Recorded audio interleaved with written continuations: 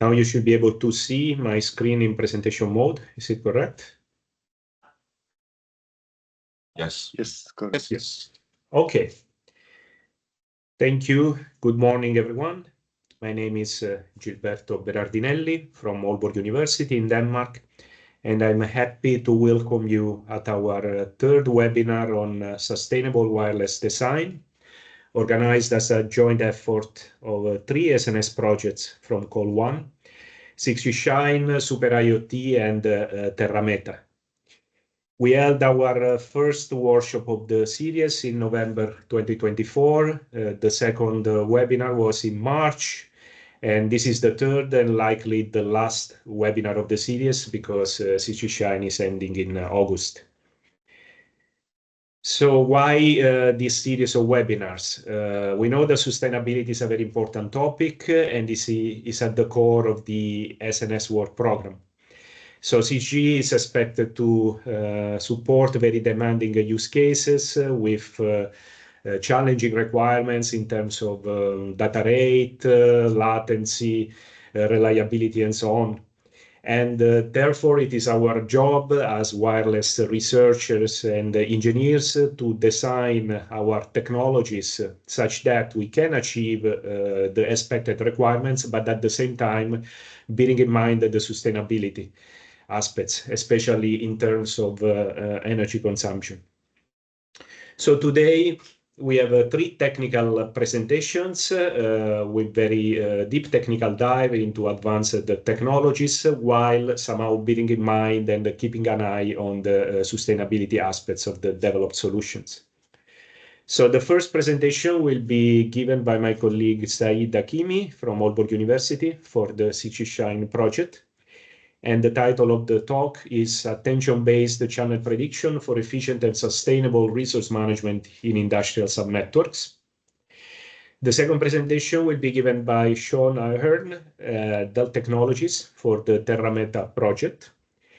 And the title of the talk is Enabling Future Industrial AI Use Cases with High-Performance THz RIS Communications, a real-world demonstration at 140 GHz. And the third presentation will be given by Emanuel Abreu Antunes Carlos, Universidade NOVA de Lisboa, for the SUPERIOT project. And the title of the presentation is Solution Process Materials from Formulation to Printed Devices. So we will have those three presentations. After each presentation, we open the floor for comments and questions by the audience. This is pretty much all for the introduction, so I will stop sharing and I leave the word to Saeed for the first presentation. So Saeed, would you like to take over? Yes. Sure. Hello, everyone. Thanks, Gilberto, for the nice introduction. Just let me share my screen. Okay. Can you see my screen now? Yes. Yes. In presentation mode as well. Yes, thanks. Good morning, everyone. I'm Saeed Hakimi from Aalborg University, and today I'm going to present our work on attention-based channel prediction for efficient and sustainable resource management in industrial subnetworks. This work was a joint activity between two SNSJU projects, 6G Shine and Centric. Today, I'm going to be present on behalf of the 6G Shine. Well, for the introduction, what is 6G Unix subnetworks? They are short-range, low-power cells for entities like robots, vehicles, production modules, and etc. The possible use cases could be industrial, in-vehicle, and let's say in-room, classroom, or in general consumer categories. Today, our focus would be on the industrial use case, something like fast closed-loop control in robots and production modules. So, what are the challenges here? I mean, by nature, subnetworks lead to the high dense deployments and they can be mobile. So here, the interference among the subnetworks could be really the main issue. And also the performance requirements in terms of reliability and latency is really high and demanding. And also in real deployments, delay can occur because of the many reasons, because of the processing time, feedback delay, and other reasons. There could be three approach for the radio resource management: centralized, distributed, or hybrid. For today, again, our focus would be on the centralized approach. Then about the objectives here, our goal is to develop AI/ML-based centralized RRM for the high-dense deployments industrial subnetworks. And for the optimization, the degree of freedom would be channel selection and power level. Why? Because in other domains, like for example in time domain, interference coordination schemes are at least are not that much suitable for the unique subnetworks, because as we discussed, they should support the low latency services. Also, because of the limited antennas in the access points and also devices, it would be challenging to go for the spatial coordination. So we are going to divide the available spectrum into subbands and then use the appropriate subband selection to minimize the mutual interference. In the system model, we have some architectural components.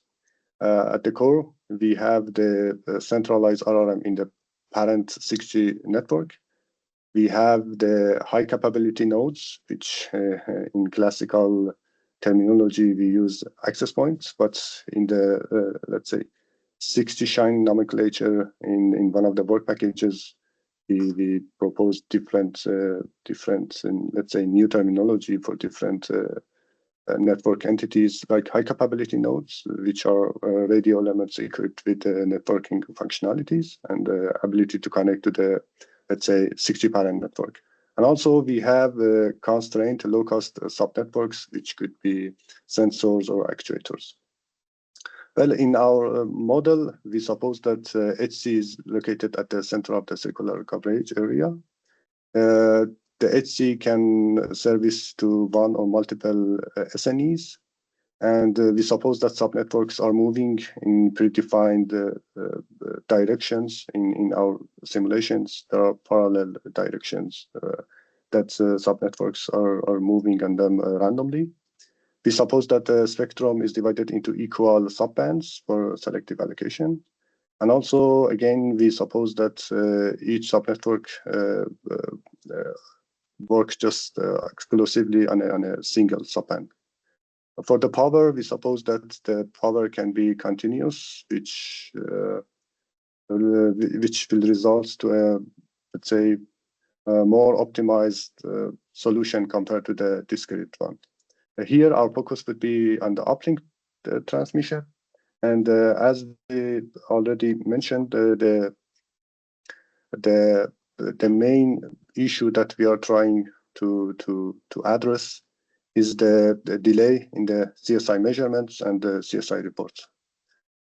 So we suppose that we have delay between the CSI update and RRM decision, but we still have access to the historical CSI of the previous values of the CSI. So by using the Shannon famous formula, we can calculate the achievable spectral efficiency in subnetwork N and also in the subband K like this. And then the joint optimal subband allocation and power control could be solved using this optimization problem. So here we try to maximize the average of the spectral efficiency over all of the subnetworks and all of the subbands. In the first constraint, we have the constraint to ensure that all of the subnetworks meet the minimum required spectral efficiency. The second and third constraints guarantee that each subnetwork uses only one subband, and the final constraints are related to the transmit power.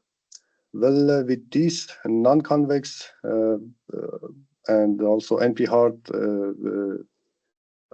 optimization problem, usually numerical methods involving exponential computational complexity. But here, instead of going to the numerical methods, we use unsupervised learning techniques to approximate the optimal mapping function that determine the jointly optimal subband allocation and power control strategy. Here is our general framework. At the input, we have the delayed CSI, we have a predictor module, and then using these predicted values of the CSI, we use another machine learning approach for the RRM, and then we as an output, we would have the subband allocation and power control. But in the first stage, in general, in classical way, the channel prediction is considered as a time series problem. And then RRMs have been widely used to capture the temporal dynamics behavior in the time series data. But for the standard RRM, it would be difficult to model line sequences because of the gradient vanishing problem.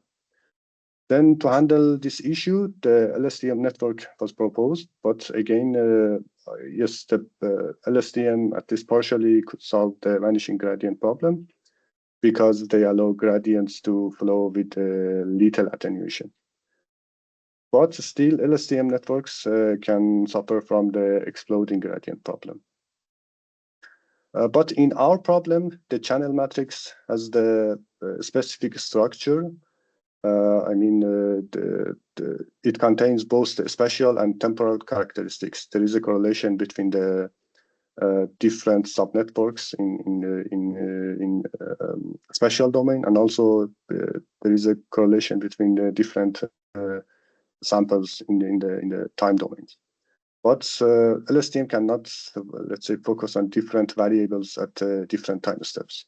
So to address this problem, we will propose the attention-based encoder-decoder network.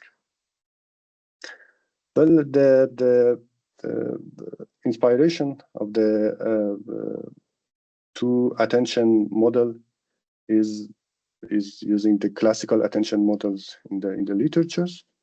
Here, the input is the flattened channel matrix. The weighted sample, here after the spatial attention, we will have the weighted samples, H bar, and then we will input it to the encoder, which let's say the weighted sample would be as an input to the LSTM module at time point t, and then the outputted hidden state and the cell state of the LSTM module at time point t are used as the initial state of the LSTM module at time point t+1. Here, the encoder is just a single LSTM layer, but the input sequence is recurrently learned through the t time points. Then encoder acts as the dynamic feature extractor. After that, the second attention layer provides a time-wise feature learning for the channels. And then after that, the context vector, we can say that using these two attention layers, the context vector summarize, let's say, what matters most for the prediction. After obtaining the context vector at time t, it combined with the previous states and the previous CSI to update the decoder hidden state. The output features of the LSTM modules at the decoder for each channel realizations are individually processed by a fully connected layer to obtain the final prediction. Here, for the model training, we use the Adam algorithm, and then for the loss function, we use the MSE, mean square. About the architecture of the RRM in the second module, here the model process the predicted channel gain matrix outputted from the previous module to estimate, as we discussed, the mapping function and output the stopband allocation and the power levels.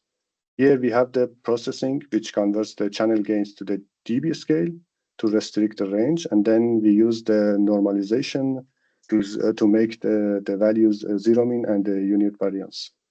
Well, as you see, the model includes two modules. Each one contains some basic units, and each unit consists of different layers, let's say fully connected layers, batch normalization layer, activation layer, and of course a dropout layer.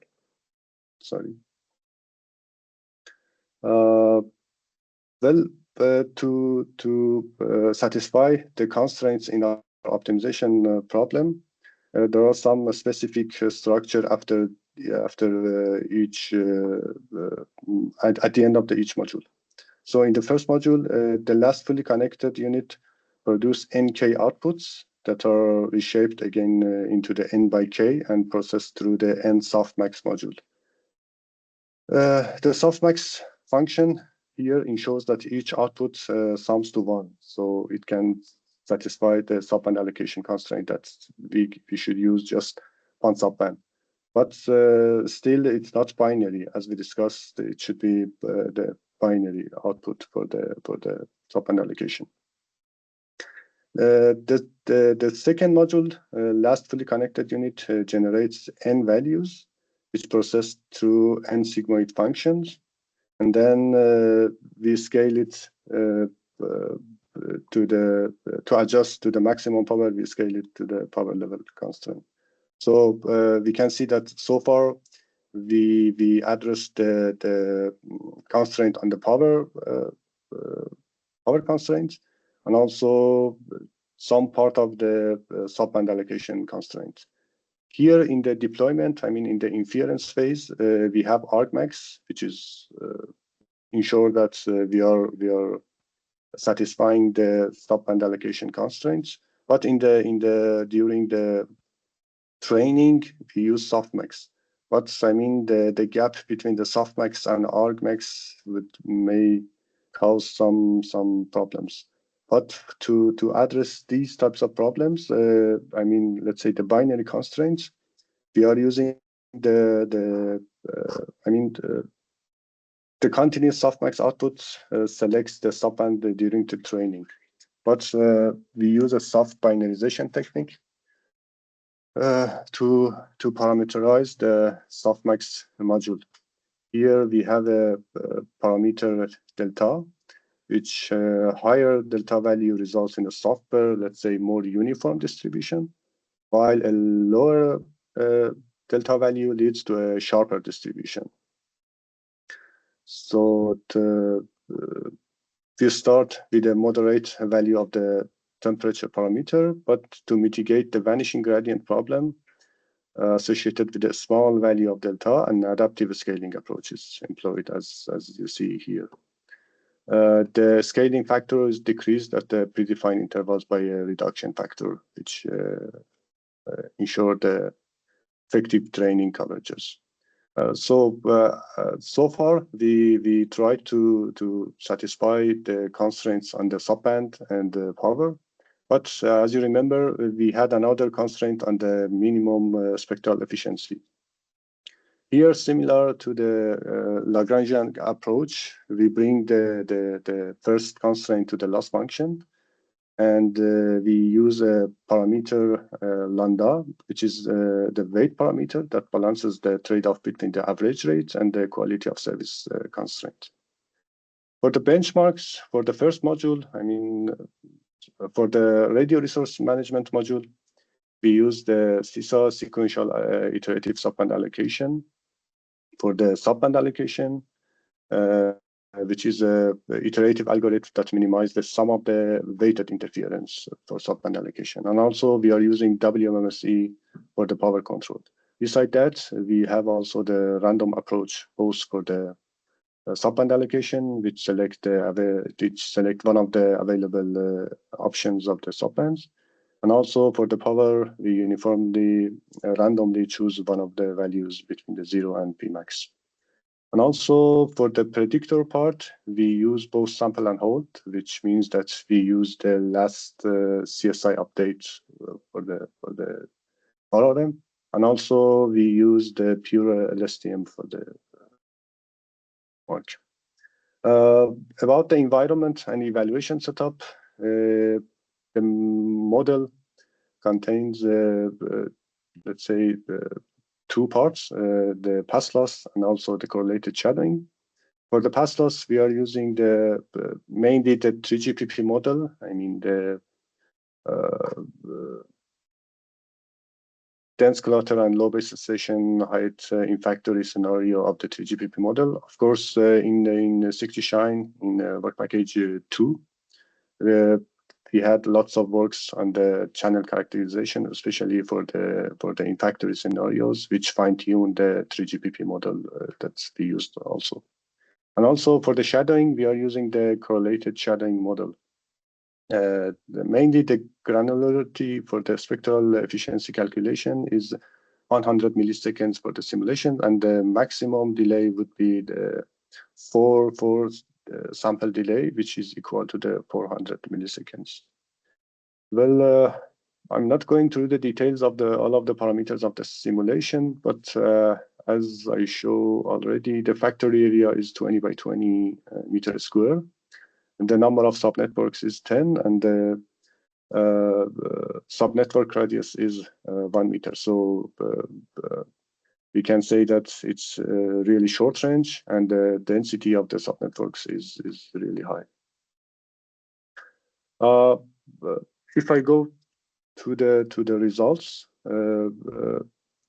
here we are showing the training metrics for the first module, which was the predictor. We see that using the attention based layers really help to improve the performance. So the predictor performance will improve, and the generalization and the validation set is also better. In the next step, here we see the training metrics for the next module, which was the RRM module. We see the successful convergence of the model, and also we see the binarization error behavior during the training. So we define the binarization error like this, and then we see that by increasing the epoch, the binarization error is decreasing. In our loss function, we had the two terms, the average spectral efficiency and also the outage probability. So here we see the evolution of the outage probability and average spectral efficiency across all subnetworks, which we can see that by increasing the number of epochs, average spectral efficiency is going up, and the outage probability is extremely low. I mean, here we show the CDF of the binarization error for the inference phase, I mean, after the training. So we see that the network can really generate binary outputs for the subband allocation, which we can say that we can satisfy the binary constraint on the subbands. Here we see the CDF of the here at the lower part. We see the CDF of the average of the spectral efficiency across all subnetworks, and also CDF of the individual spectral efficiency across all subnetworks. Here it's not the average. The upper part is for the individual, and also in the logarithmic scale to be more visible the low percentiles. So here we see the results for the different delay values. We see that as delay increase, the performance of the both proposed algorithms and also the benchmarks are decreasing. But we see that the performance of the proposed algorithms are much better. I mean, here we don't have any predictor, so the results is just related to the RRM. I mean, the unsupervised based RRM. We see that the model is more robust compared to the benchmarks, to the delay values. For example, for the here for the minimum spectral efficiency for the delay equal to 4, the benchmark, I mean the CSRW-E drops to say below to the 3 bit per second per hertz, while the proposed RRM maintains a minimum spectral efficiency of approximately 4.5, which represent a 50% improvement. Here, we just compare the different predictor approaches. I mean, the RRM is just the proposed one, is based on the interconnected DNN, but we change the predictor approaches. So we have the sample and hold, pure LSTM, and also the proposed attention-based LSTM. We see that the difference between the no delay and the delay one is substantial. So the gap is huge, especially for the low percentiles. But as we see, the machine learning approaches, I mean, the predictors can help a lot to compensate this degradation. And again, as we see, the proposed attention LSTM model can perform much better to the pure LSTM. About the sustainability impact of our proposed approach, I mean, we believe that a key benefit of our approach is the sustainability. First of all, by predicting CSI, we reduce the need for frequent channel measurement, which means less signaling and lower energy uses. And then in second stage, we had the RRM to smarter spectrum and power allocation, which leads to avoid over provisioning and also reducing the wastage of the resources, the energy. And maybe the most important part is that in deployment, I mean, once we train the model, it runs with very low complexity operations compared to the traditional iterative heuristic, which again will help to the sustainability. So we can say that these approaches makes it suitable for real-time deployment in an industrial setting. In conclusion, I think we addressed some challenges of the dynamic and complex industrial wireless subnetworks. We proposed supervised dual attention encoder decoder for the prediction, and then we proposed unsupervised training method for the RRM.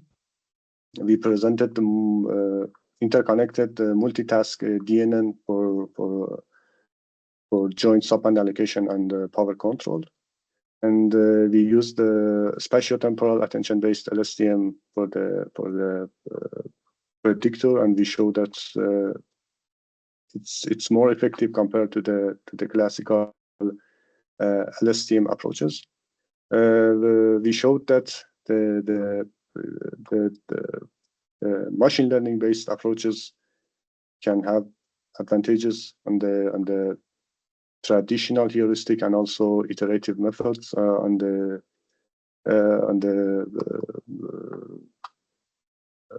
complexity and also the time of the execution. For the future work, I think we can consider more constraints like latency in our model, and to also be sure that we are able to use our model in the URLC applications. And also we can consider the energy consumption directly in our model to be more effective in the energy consumption problems. Yeah, I think that was it. Thanks for your attention. So if there are any questions, please go ahead. Thank you, Saeed, for the nice presentation. So any comment or question for Saeed?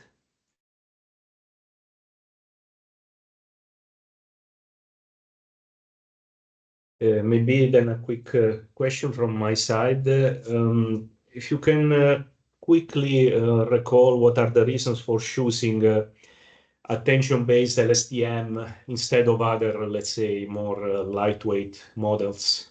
Yes, well, I think attention-based mechanisms allow us to focus on a more relevant spatiotemporal information, which we showed that it improves the accuracy in at least in mobile or in dynamic environments. Sure, they could add some computational overhead, which compensate by gaining in the performance. But I think there are still some more approaches like model compression techniques, similar, I don't know, something like pruning or quantization of the model, which help to reduce the complexity more.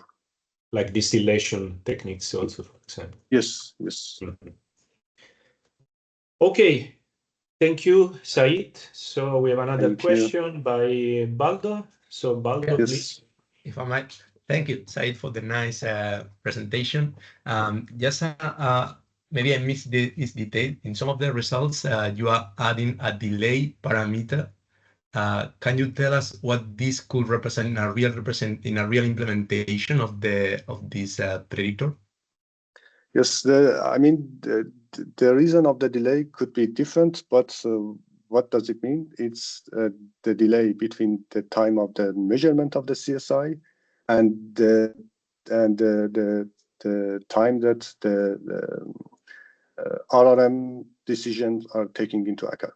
So there is always a delay due to different reasons. So what is showing this delay? This delay is showing the real actual value of the CSI at the time of the CSI decisions and what we have in the centralized RRM. So of course there is a delay, but it can be different. I mean, in different scenarios. And the unit of this value, in some cases you set this to 4. What is the unit of this? Actually, the granularity was 100 milliseconds.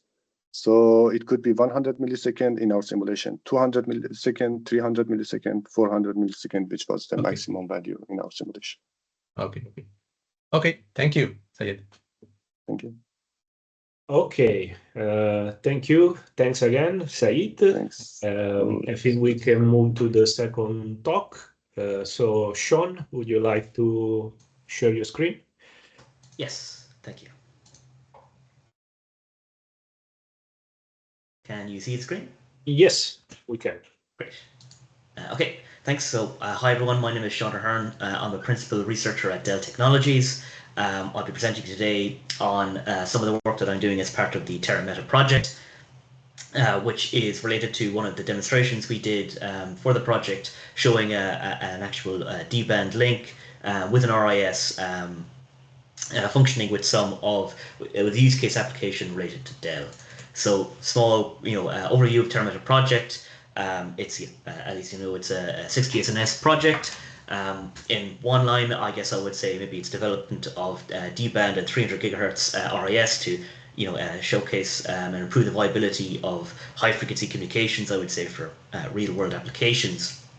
Though there's a lot more going on than that. Standard work package structure, including developing the hardware and also developing some of the signal processing and other algorithms that will be used to power them. I won't be focusing too much on that for this presentation. The presentation today will be mostly focused on work package 6, which I'm the leader for. So in terms of what are Dell interested in the scope of the project, actually the use case we'll be looking to apply to is also manufacturing. So one future topic that would be useful for our factory. I'm based here in Cork in Ireland, and in the factory in Cork in Ireland, we produce lots of storage servers, and we also produce AI servers now as well. So if I gave an example of, say, we have a large order of AI servers, then suddenly demand changes and we need to produce lots of storage servers, and we would like to have a manufacturing environment that's modular and mobile to be able to dynamically reconfigure to meet those types of demands. So that kind of structure, I like to kind of similarize it to the idea of software-defined networking, where the idea is you no longer have a fixed function pipeline like you might have had in the past. You now have a programmable pipeline, and we'd like the same type of architecture for manufacturing. One of the issues there is that if you do such a thing, your entire factory floor needs to be mobile. You have lots of sensors producing lots of data, and now all of that data transmission no longer can be fixed infrastructure anymore. It now has to be wireless.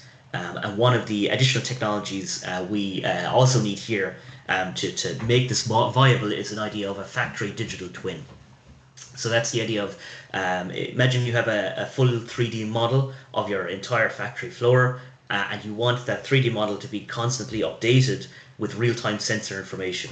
And for this, you need very, very high amounts of sensor data, large amounts of bandwidth, and you also need very low latency.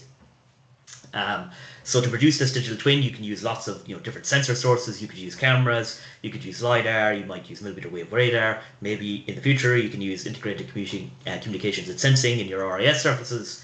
And you want all of this data so that you can use AI in particular. If it has a complete real-time view of everything going on your factory floor, you now can use AI, of course, to make optimizations in that manufacturing process.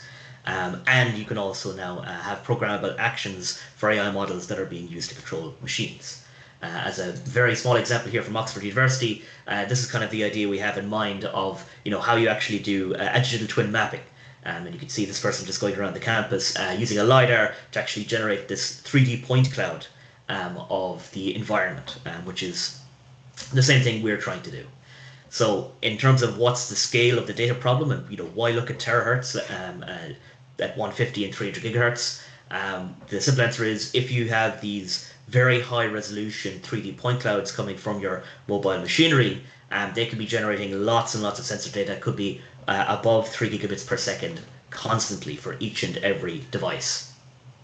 Once you scale this up to 20, 30, 40 devices, maybe even more across your factory floor, I think you can see the issue here is current wireless, low frequency wireless technologies just don't have the spectrum available to deal with this type of capacity. I have a brief example here that we submitted to the SEISG terahertz on the scope of the problem. If you have one robot which needs 3 gigabits per second in Wi-Fi 6, which was the standard at the time, you might be able to support one robot maximum for, say, a local cell area, which might be 5 meters by 5 meters or something around that, which is not very useful for manufacturing. Going to private 5G, you might be able to support maybe 3 robots transmitting at the same time, which again still has an issue. But then if you go up to, say, 300 gigahertz with 802.15.3d, now you suddenly have 32 channels and you can support 32 robots, which is a lot more usable. And if you make use of spectrum refarming, reutilization, and other advanced aspects where, as long as 2 robots aren't exactly on top of each other, you can actually reuse that channel somewhere else nearby, then you could theoretically support as many devices as you want using this solution. RIS is critical here to enable this because so at these high frequencies, the beams are very directional, they're quite short range, so RIS needs to be used, say, mounted on pillars, which are about 5 meters apart across our factory, or you could mount them on the ceiling in the factory, that kind of design, and that allows us then to enable full coverage. You kind of need RIS, you want the convenience of, say, Wi-Fi or low frequency private 5G, and to enable that type of convenience, you need RIS surfaces to be able to always maintain a connection to every device, no matter where it might be in a factory. If somebody walks past it and one direction gets blocked, it needs to be able to reconfigure very, very quickly to maintain the link through another RIS surface. So that's the main motivation behind it. And now I'll talk a bit about some of the devices we used for our first integration and demonstration. So the RIS surface itself is a D-band surface, so works between 139 and 157 gigahertz. This one is a transmit array, so it can be used both as a transmitter and as a receiver, actually, in this case, and was developed by Saeed Hakimi. In the demo, we actually used 4 of these in total, so we have one acting as a transmitter and one acting as a receiver, but then in between we actually used an active repeater. So that's 2 surfaces, one acting as the receiver for the signal. Signal gets re-amplified and then retransmitted through another surface and is then received by the final receiver. And the reason we did this is kind of to show the idea of using these as a system that can be used to work around, say, a line of sight blockage. In terms of the technical features, I'm not the expert here, of course. Please, talk to the experts at Saeed Hakimi. On it, I believe it's a 48 by 48 design. In this case, it does support beam steering at a hardware level. The algorithms and the microchip to actually control the beam steering is still in development, but the hardware is capable of it. It's an RF silicon on interposer technology, CMOS based, and I believe so. This design is an 8-channel system, so it can support up to 8 channels simultaneously. They have done some testing in the lab environment, and I believe when you use all 8 channels, you can achieve bit rates up to 58 gigabits per second. And they do also have a 16-channel version of this also in development.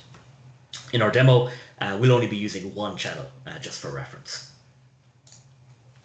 To process the signal that'll be coming from the robot, which I'll show in a moment, you need to use what's called a baseband unit. So the baseband unit performs lots of critical, signal processing techniques coming from the TX device, the robot in this case. It does LDPC, it does forward error correction, it does signal modulation, of course. In our case, we used 4QAM and 16QAM.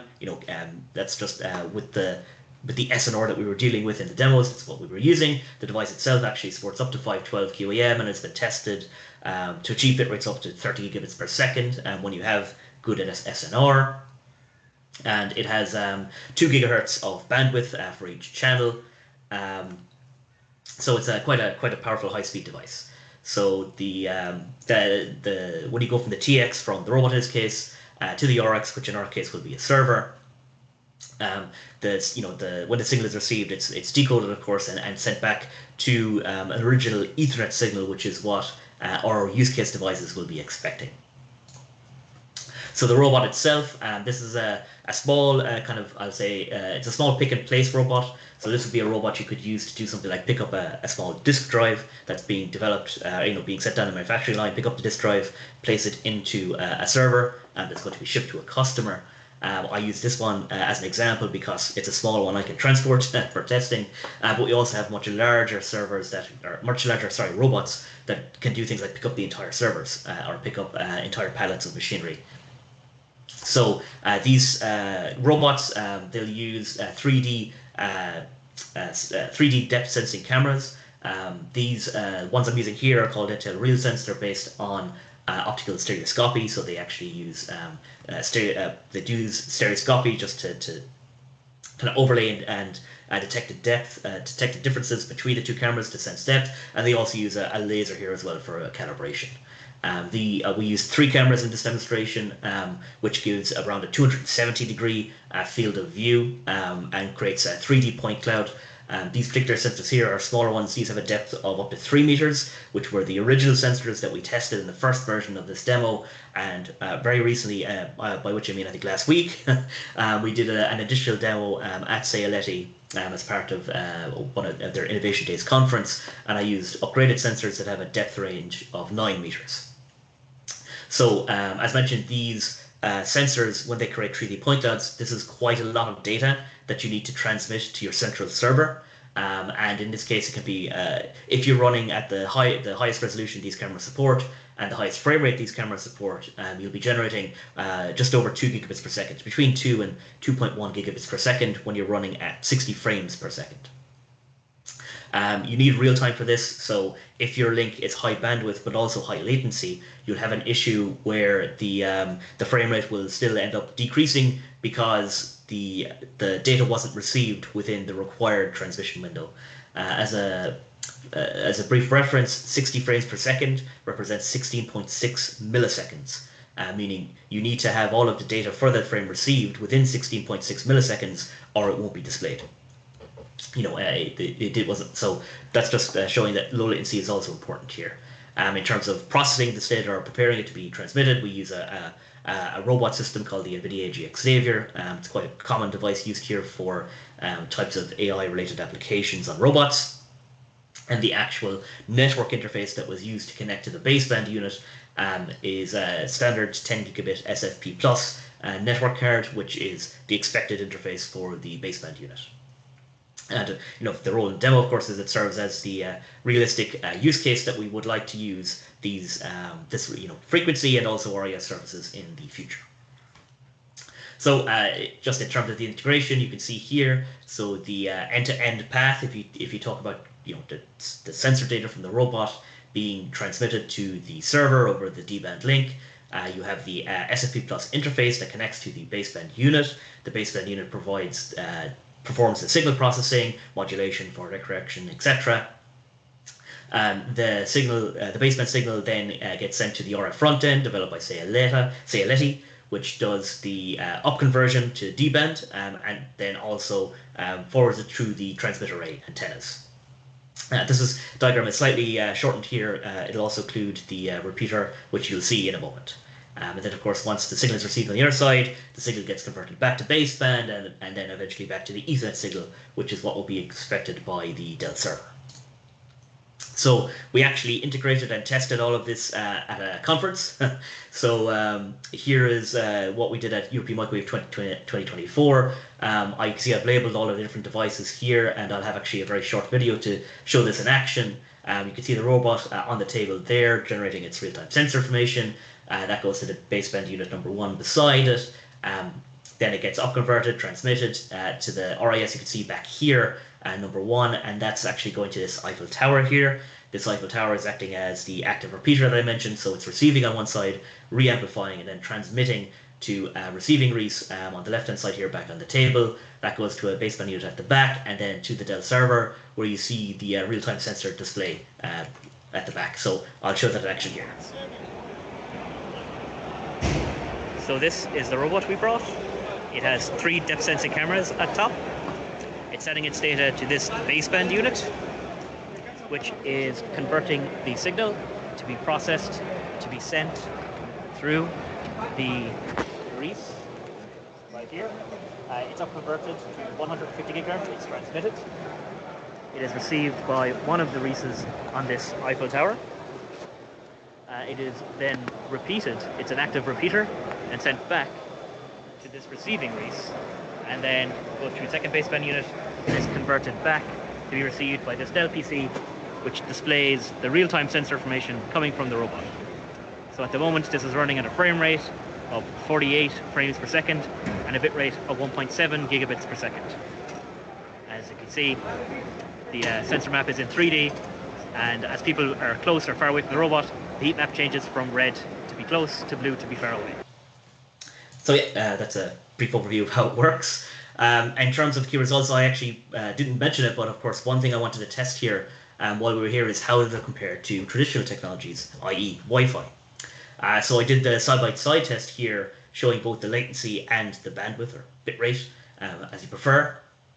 And in terms of latency, the D-band link always maintained, sub-millisecond latency, which is very, very important for this type of application. You can see, as comparison, the latency for Wi-Fi was extremely variable, which is very much not suited for this type of application. The bitrate for Wi-Fi was also very poor, averaging probably around 100 megabits per second, 100 to 150, as compared to the bitrate for this application, which we're maintaining well in excess of 1 gigabit per second, around 1.4 most of the time. So, as a very quick comparison to when I tried to do run the same application via the Wi-Fi link, you'll basically see here, as soon as I try to run it, it starts, but it's essentially unusable. You can see I'm getting only a small amount of sensor data through, and the frame rate is only 1 frame per second, which is not useful or not usable in the type of industrial application we need to do. The reason for this, of course, is that a conference environment, Wi-Fi in particular, is going to be very, very congested. And I show that here by just analyzing the spectrum. So you can see here the tallest bar is actually my Wi-Fi access point, the one I use for testing. Even though the robot and the server were the only 2 devices on that Wi-Fi network, you can see that Wi-Fi network had to contend with multiple other access points on the same frequency. So that's going to be the reason it performed so poorly. And it didn't really matter, say, what channel range I used, because every single channel on Wi-Fi was covered by other devices. So the performance would have been like that. In a factory environment, it won't be as bad, of course. You won't have so many devices, but you also won't have 0. For instance, on our factory floor, we do allow people to keep their mobile phones, and you can, they will be producing some, Wi-Fi beacons at all times. So you will expect some interference. We did achieve 16 QAM bitrate briefly during that test, which allowed us to do a full traffic test, achieving 5 gigabits per second. That's quite an important result. I compared it to the latest Wi-Fi 7 using the 6 gigahertz band instead of 5 or 2.4. And what we found, my findings actually matched this kind of independent review that I have here, which is that even the absolute best case scenario for Wi-Fi 7 at close range, it seems to the maximum performance you can reach is about 2.5 to 3 gigabits per second. So it's good to know that we've achieved better results than even the absolute latest Wi-Fi technology can provide. And it's worth keeping in mind here, of course, that once you've reached this 2.5 gigabits per second, which would satisfy 1 robot, you've still got 10 other robots in the same area that need to use the same frequency. So, it shows our approach makes sense. For the brief mention of the demo we just did last week at Saeed, as I mentioned, I upgraded the sensors, so now we have a depth sensing range of 9 meters.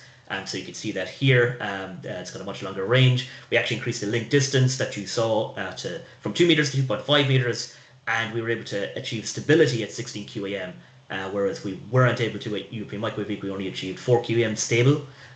So that was a nice improvement to show that we had, I suppose, both an increased link stability and also increased performance. We achieved 40 odd frames per second at European Microwave Week, and over 50 and 1.9 gigabits per second sustained for Microwave Week. So next steps then, this is a great result so far, but we actually have quite a lot left to do. For the last 6 months of the project, we have a memristor-based RIS developed by NOVA at Hertfordshire that needs to be tested at D-band. We've got a microfluidic RIS developed by University of Oulu that also needs to be tested.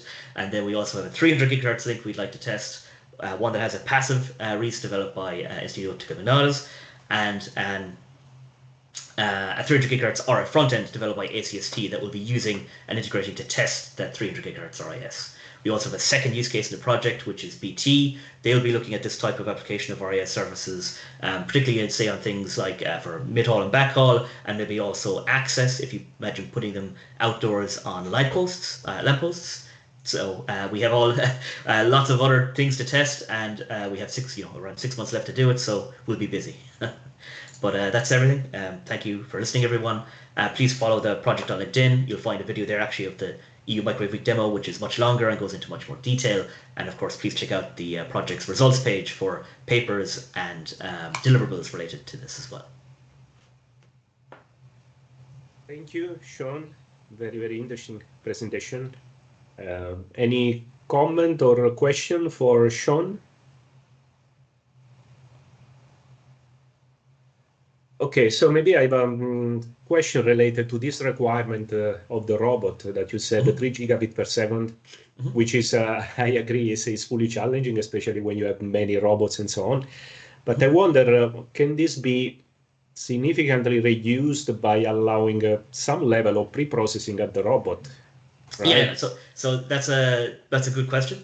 So the answer is if you want local awareness, by which you mean, say you only want the robot to do like obstacle avoidance and interact with the machine in its local range, then the answer is yes, you can process and do the AI to control those actions on the robot. That's what we use the NVIDIA system for.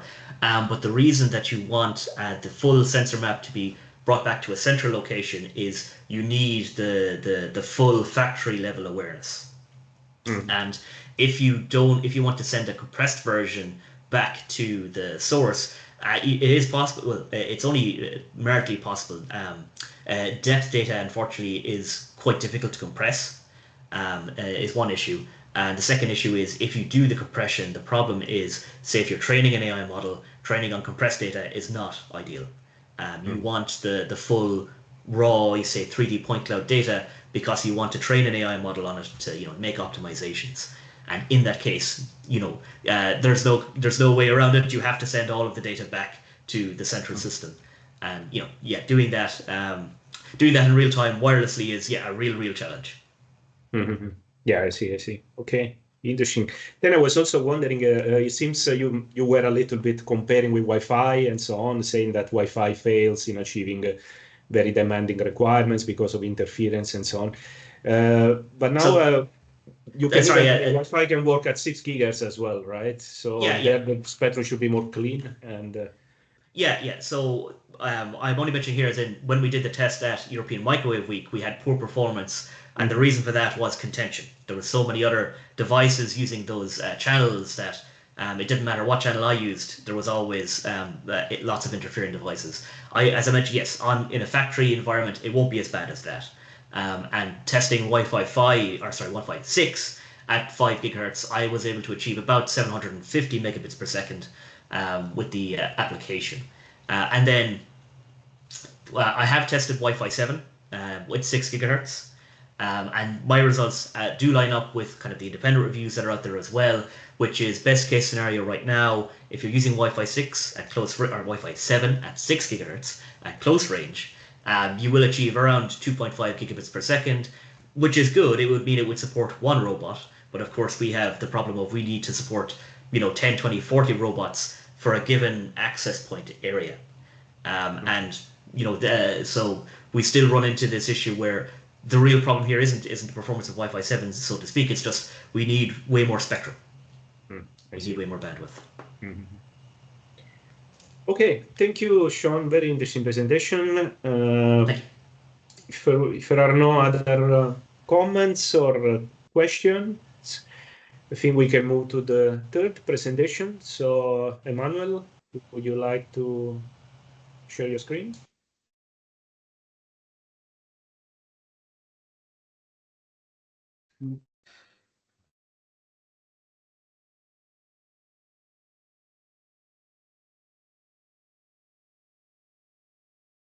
So are you seeing the full screen? We see not in presentation mode, not yet. Okay. Yeah, you should press that button there. Yeah, already pressed, but it's not working. Let me try it away. Oh, now it works. Yeah, now we can. Now it works?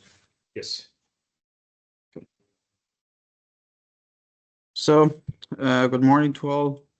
First of all, I'd like to thank the invitation to be on this webinar, representing here the part of SUPERIOT. So my talk will be a bit different from the last two talks that were quite interesting, but this one is more related with sustainability and the level of devices, from solution-based methods to make the devices to the print devices. So the talk is solution process materials from formulation to printed devices.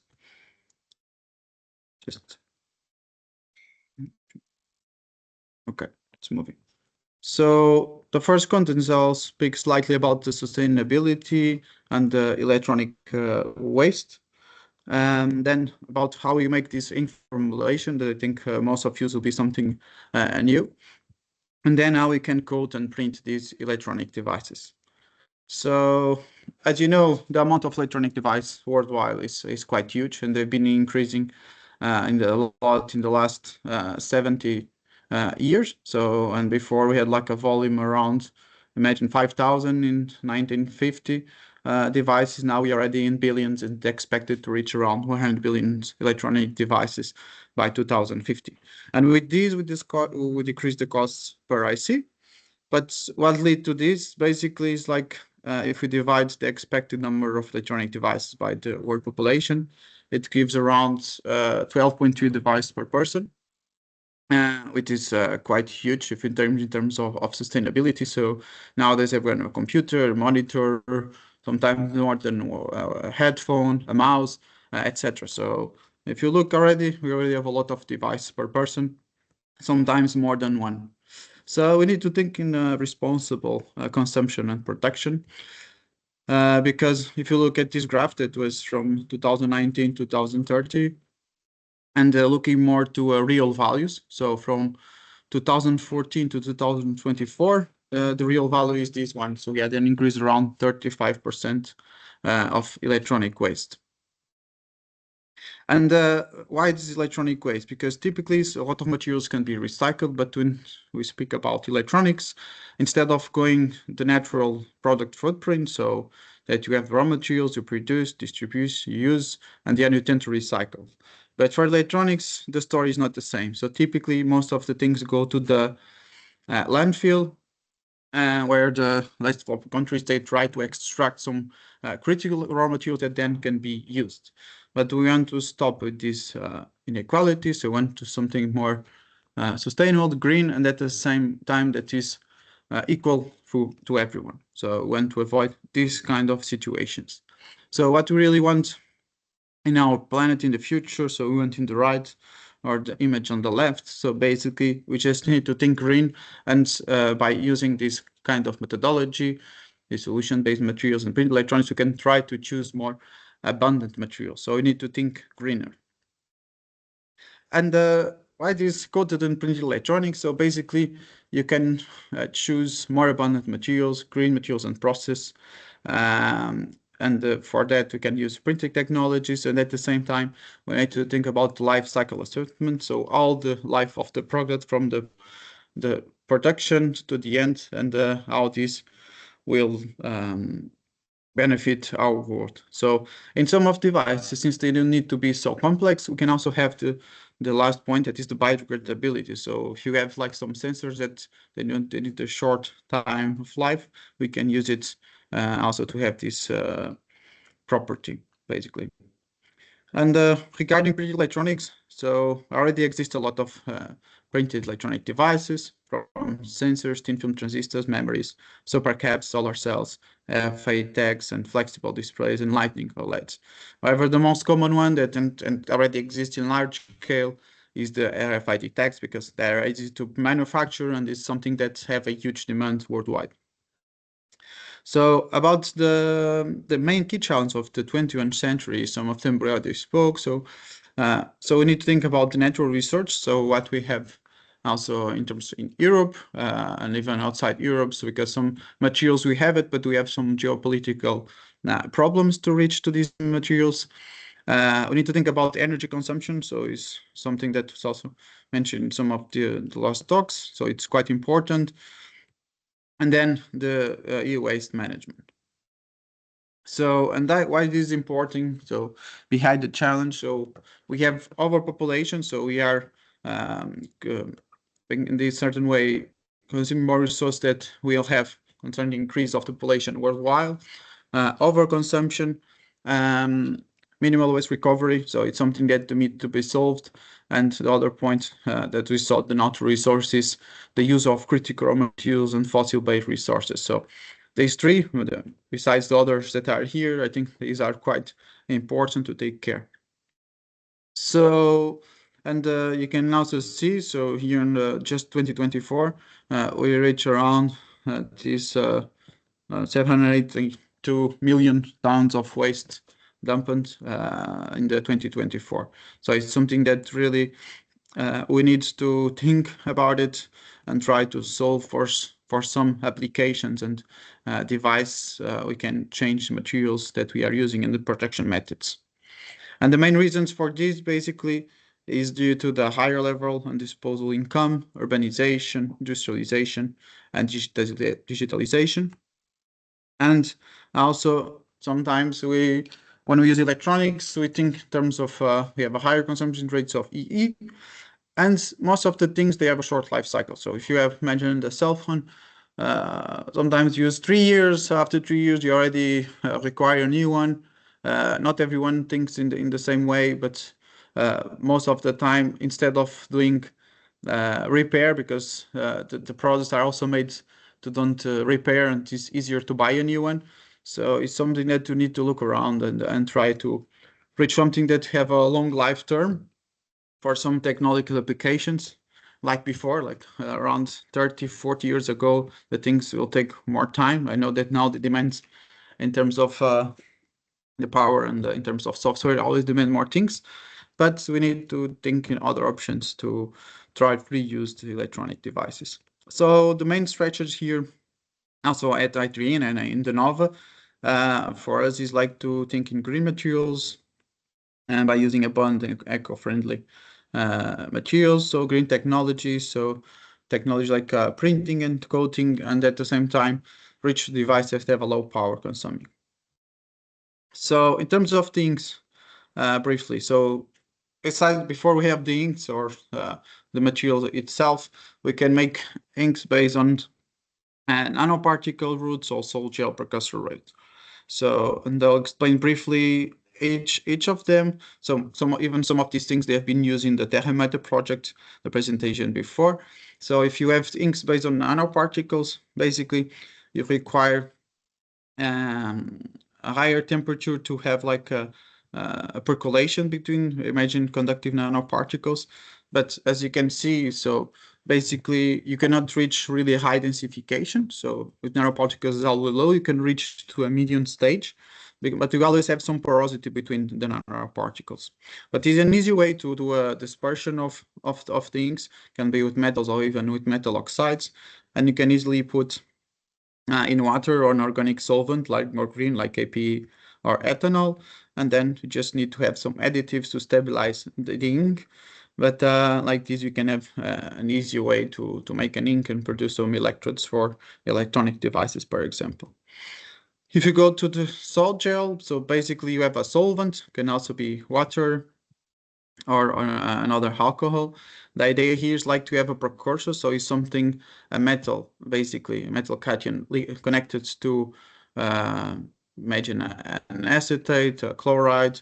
So you can have different kind of precursors to make the inks, and then when occurs the production of the metal oxide thin films is when you just anneal them at higher temperatures. So for that you can use when you use a low temperature, you have abundance of these hydroxyl groups, so basically OH groups, and by increasing more the temperature, you can increase the densification of the thin film that you form, and with that you have more densified film with metal oxygen metal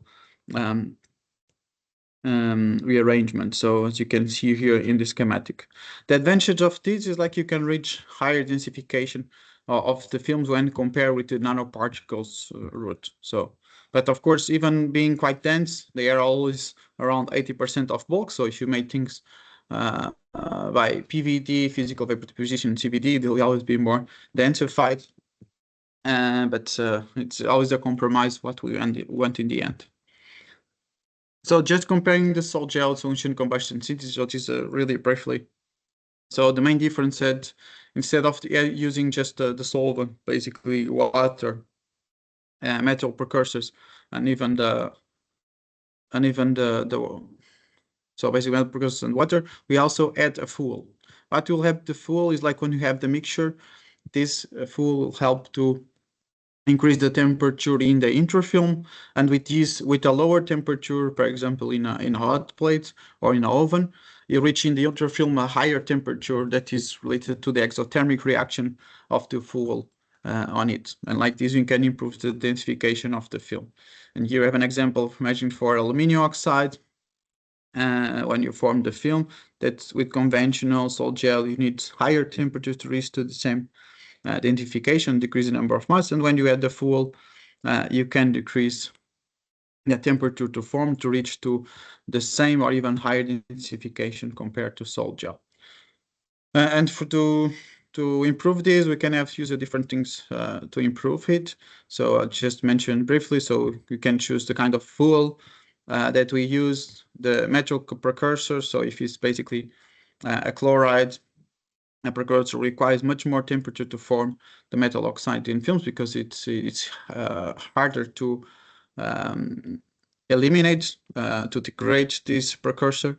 Okay, so ideally we use nitrate precursors. Then we can control the fuel oxidizer ratio, the pH, the ambient conditions that we use, so nitrogen or control environment like nitrogen or air, just, and the initial type, so laser, hot plate, if you're curing, muffle, etc.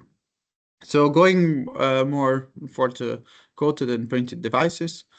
So what is the main motivation around this area basically is, as you look here on the left, so typically use PVD and CVD methods to produce most of the electronics and microelectronics and photolithography process.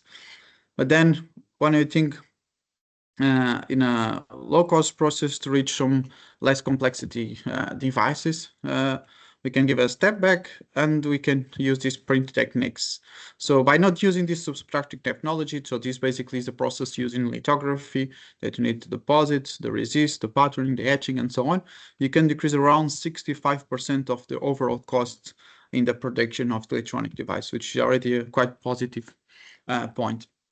And then since you are producing inks and then curing these films, these inks to form thin films, so you can basically use low energy process, so you can cure like deep UV, near infrared, or even flash white light like Shannon lamps to cure the films. But to make sure that they are compatible with roll-to-roll lines, we need to make sure that they are processed in less than 5 minutes of processing. So basically we need to form our films in less than 5 minutes to make sure. And of course, to guarantee their implementation, we need to guarantee reproducibility and yield higher than 98%. And like this, we can prove that they are scalable. And as I showed before, so one of the examples that is currently already used worldwide is the RFID tags that can be printed. And is something that not just can be printed, but is something that requires a high demand. If it's not something that requires a high demand, don't compensate to use printed electronics, because the quantity of device that you produce per minute is it's huge. And so here just to show, so in terms of coating techniques for you, for some of you it's something new, but basically if you have a coating, you basically deposit the film everywhere. So imagine like the spin coating that is used in the microelectronics and photolithography. We have spray coating and other ones, but if you see here, for example, for metal oxide in film transistors, most of the things are using coating techniques. So around 700 publications, they use this spin coating, and as you see, just few. So here in the break, they use printing techniques. And when they use printing, most of the technique more used is inkjet printing. It is similar like to a printer that also we have in our house, okay, but more complex because you can adjust much more parameters and use functional materials. Here I show you some examples that have been done in the past, and I'll show some examples that were made in SUPERIOT, but right now some things that are important to consider. So here you can see the difference between sol gel and combustion synthesis. So when you use a combustion, you can have this white foam, and you can even reduce the temperature to form the metal oxide thin films. And one important thing that you can control in inks, different by choosing the printing technique, is the viscosity of the inks, as you can see here. So it can increase the concentration and increase the viscosity. But if we increase too much, we start to have this coffee effect, as you can see here.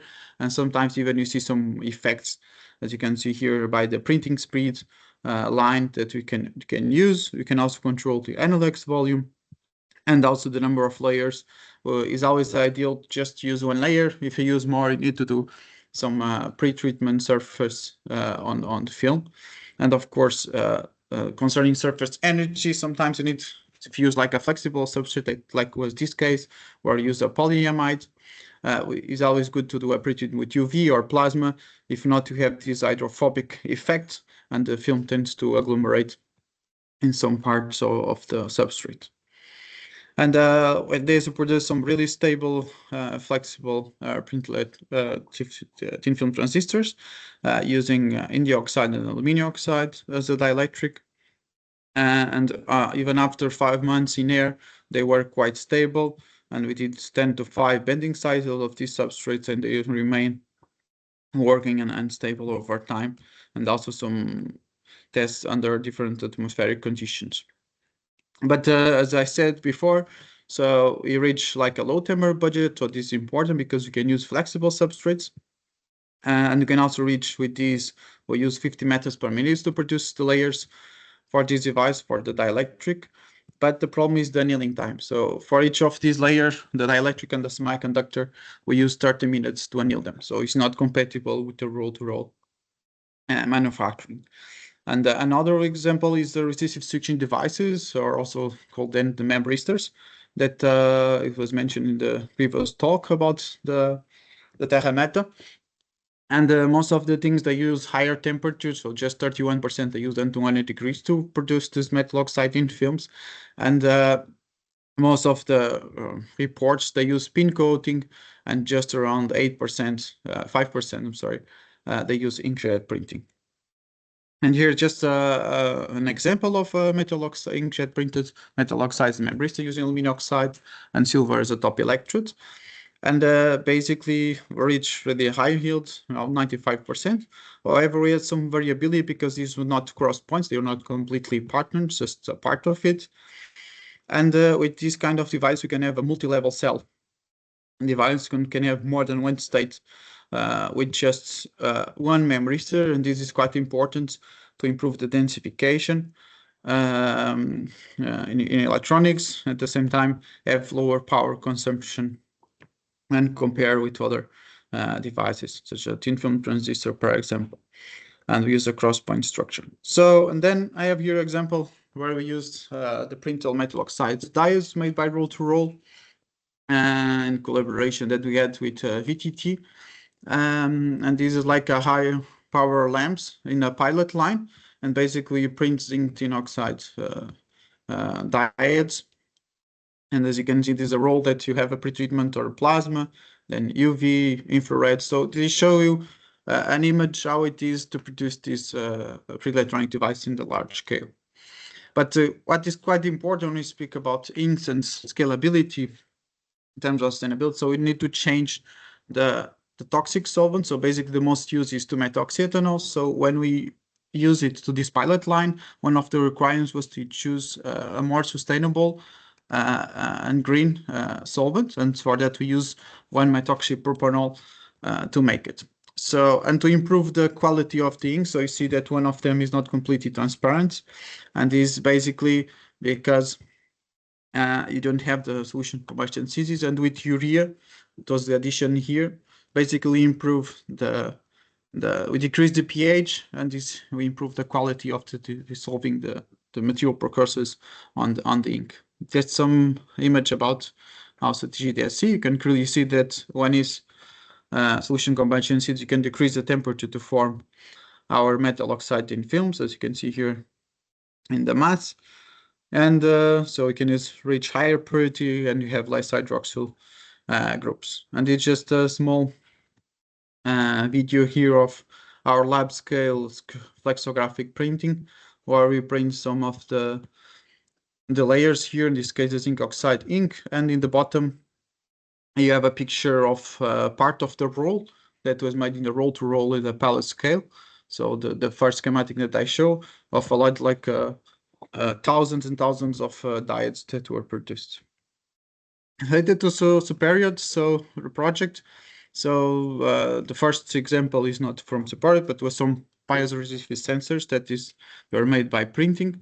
And then we have these pressure sensors and that we made also certainly related to SUPERIOT, or we are not using right now in the project.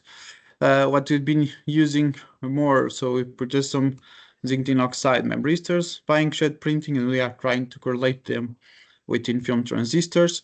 We are also using the XTPL to produce the molybdenum disulfide membristors. So it's correlated is not just to SUPERIOT, but a part of it that is more complex. So the restructure that is just we are approaching in the TERRAMETA project, not in the SUPERIOT, here just at the device level. And also some of the results that we achieve with inkjet printing memristors that we can achieve not just volatile but also non-volatile devices on it. And then we have the printed photosensors and diodes that we've been using during the project of SUPERIOT. So we made these phototransistors with zinc oxide layers and even with some silver nanowires, so we can improve a lot the current achieved with this active layer. And at the same time, we did some tests with some perovskites as a photoresistors. This is quite recent results. And also zinc tin oxide diodes. In this case, they were made by spin coating at the moment, and they were patterned by photolithography, but we can reach around 500 megahertz frequency operation. And our main focus at SUPERIOT from NOVA basically is the supercapacitors. So we've been doing these spray-coated graphene micro supercapacitors, so reach some specific capacitor at 3.4 millifarad per centimeter square, using a green solvent. So we really care about sustainability. So I use a green solvent that is called Styrene. And we also made some Maxine electrodes instead of the ones based on graphene. That is a water-based ink. And the other way to make it is also the laser-induced graphene macro supercapacitors on sustainable substrates, as you can see here, that was made, for example, in a cork substrate. And almost finishing, I'm sorry for the delay. And then we also produced some printed hoods on a electrolyte to gate transistors using UD as a substrate. And we even proved that you can use for synapse emulation work, as you can see here. So just to let you know also about this project. So this is a InfraShip project is in terms of infrastructure. So if you need anything related to these topics, power, sense, think, or connect, or if it's sustainability, you can apply for this InfraShip where it's free of charge. And then if the proposal is accepted, so it's a quite short inquiry that you need to make, then you can make you can visit some of the facilities in the consortium and make your things without paying anything. And just this is a special issue ongoing regarding this advanced manufacturing on discover materials from Springer Nature that received the first impact factor of 5.1. And I'd like to thank to everyone at I3N, at Animat, and especially here to SUPERIOT, to my colleagues involved, Joana, João, Sarah, Pedro, and David. So thank you very much. Great. Thank you very much, Emanuel, for the very interesting presentation. Is there any question for Emanuel? I can see Sergio. Would you like to? Hi. Yes. Good morning. Can you hear me? Yes. Okay. Well, thank you a lot for the very nice presentation. Always very cool stuff. You were addressing the motivation for this work. I'm a bit more interested to know a bit on your comments on the sustainability.